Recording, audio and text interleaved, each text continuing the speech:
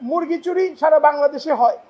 তো মুরগি চুরিও সিস্টেমেটিক, কারণ মুরগিকে আপনি টার্গেট করে মুরগি সারা বাংলাদেশে পাওয়া যায়, তাহলে মুরগি চুরিও এখানে আসতে পারে, আমি এটা মনে করি। ফ্রিডম অফ এক্সপ্রেশন, আপনাকে এক্সপ্রেস করার ফ্রিডম দিয়েছে এই সংবিধান। সেই কারণে যদি আইসিটিতে মামলা হয় তাহলে এটার চেয়ে দুঃখজনক আর কিছু হতে পারে বলে আমি মনে করি।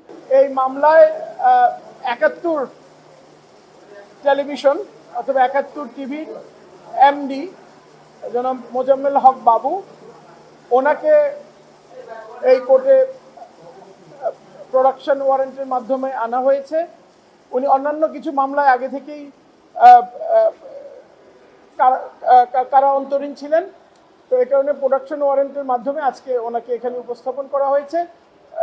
প্রসিকিউশন একটি অ্যাপ্লিকেশন দিয়েছে ওনাকে শোন অ্যারেস্ট দেখানোর জন্য, সেটা হচ্ছে যে শাপলা চত্বর মামলা, সেই মামলার বিষয়ে। সো সেই ব্যাপারে আমরা ওনার আইনজীবী হিসেবে আজকে মাননীয় ট্রাইব্যুনালে ওনার পক্ষে আমরা ওয়াকালতনামা ওনাকে রিপ্রেজেন্ট করার জন্য সাবমিট করেছি, আমি এবং আমার সহ আইনজীবীবৃন্দ। এখানে সিনিয়র আইনজীবী জারাই খান পান্না সাহেবও আছেন এবং আরও অন্যান্য আমাদের কলিগস নাজিয়া কবির, অ্যাডভোকেট আরিফুল ইসলাম, ওনারাও আছেন, আমি সহ। সো আমরা ওনাকে রিপ্রেজেন্ট করার জন্য ওকালতনামা জমা দিয়েছি। তো ওনার বিরুদ্ধে যেই অভিযোগ সেটা হচ্ছে যে 2013 সালে যেই শাপলা চত্বরে যেই ঘটনা ঘটেছিল, সেই ঘটনায় ওনাকে জিজ্ঞাসাবাদ করবেন, ওনাকে সম্পৃক্ত করা যায় কিনা সেই ব্যাপারে একটা তদন্ত রিপোর্ট আগামী 7ই জুন 2026 তারিখে মাননীয় আদালত আবার ডেট ধার্য করেছেন, সেদিন এই প্রতিবেদন দাখিলের জন্য আছে। অভিযোগের বিষয়ে আমাদের সুস্পষ্ট বক্তব্য হচ্ছে যে জনাব মোজাম্মেল হক বাবু, উনি গণমাধ্যম কর্মী এবং উনি ৭১ টিভির এমডি ছিলেন। তো সেখানে ওই যেই প্রোগ্রামটি হয়েছে সেই প্রোগ্রামটি কিন্তু ঘটনার পরে হয়েছে, যেই প্রোগ্রামটি নিয়ে ওনাকে আসলে অভিযোগটা আনা হয়েছে কেন্দ্র করে, এবং এই প্রোগ্রামের সাথে কিন্তু এমডি হিসেবে ওনার আসলে কোনো সম্পৃক্ততা ছিল না, এবং সেই প্রোগ্রামের যেই আপনার বিষয়বস্তু এবং প্রোগ্রাম যেই সঞ্চালনা থেকে শুরু করে অন্যান্য যেই কি আলাপ হতে পারে, এগুলো আসলে এমডির স্কোপ অফ ওয়ার্কের মধ্যে পড়ে না। এক, দুই হচ্ছে একজন সাংবাদিক অথবা গণমাধ্যম প্রতিষ্ঠানের সাথে জড়িত লোক, এদের মূল দায়িত্ব হচ্ছে যে একটা দেশে অথবা পৃথিবীতে কি ঘটে এই খবরটা জনগণের কাছে পৌঁছে দেয়া, যাতে জনগণ ইনফরমেশন পায়, because it right two information.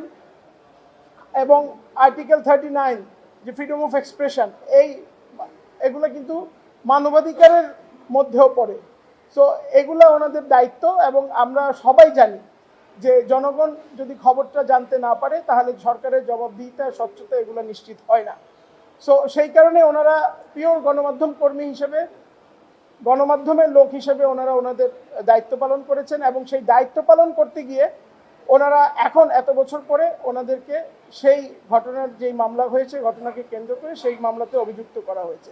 আরেকটা ঘটনা হচ্ছে ওনারা এরকম অনেক জিনিস আমরা দেখছি যেগুলো আমাদের কাছে মনে হচ্ছে বানোয়াট, এবং আমাদের আসলে রক্তক্ষরণ হয় যে দেশের এরকম বড় একটা প্রতিষ্ঠানকে কিভাবে ওনারা বারে বারে এরকম ফ্রিভোলাস কেস নিয়ে এসে এরকম মামলার মধ্যে সম্পৃক্ত করছে। সো এটা কিন্তু আসলে রাষ্ট্র ব্যবস্থাকে কোয়েশ্চেন করে। আপনার মুরগি চুরি সারা বাংলাদেশে হয়। সো মুরগি চুরিও সিস্টেমেটিক, কারণ মুরগিকে আপনি টার্গেট করে মুরগি সারা বাংলাদেশে পাওয়া যায়, তাহলে মুরগি চুরিও এখানে আসতে পারে, আমি এটা মনে করি। আমি সাংবাদিকদের থ্রেট করি না, আমি নিজেও গণমাধ্যমের ছাত্র, গণমাধ্যমে বিশ্বাস করি, এবং আমি অনেকদিন এটা নিয়ে চর্চা করেছি এবং পড়িয়েছি। ফ্রিডম অফ এক্সপ্রেশন, আপনাকে এক্সপ্রেস করার ফ্রিডম দিয়েছে এই সংবিধান। আপনি আপনার ফ্রিডমকে, সাংবিধানিক অধিকারকে কাজে লাগিয়ে এক্সপ্রেস করেছেন, নিউজটা ব্যক্ত করেছেন। সেইটা যদি কারো অপছন্দ হয়, সেটা যদি তারা মনে করে আমার বিরুদ্ধে গেল, অ্যান্ড সেই কারণে যদি আইসিটিতে মামলা হয় তাহলে এটার চেয়ে দুঃখজনক আর কিছু হতে পারে বলে আমি মনে করি।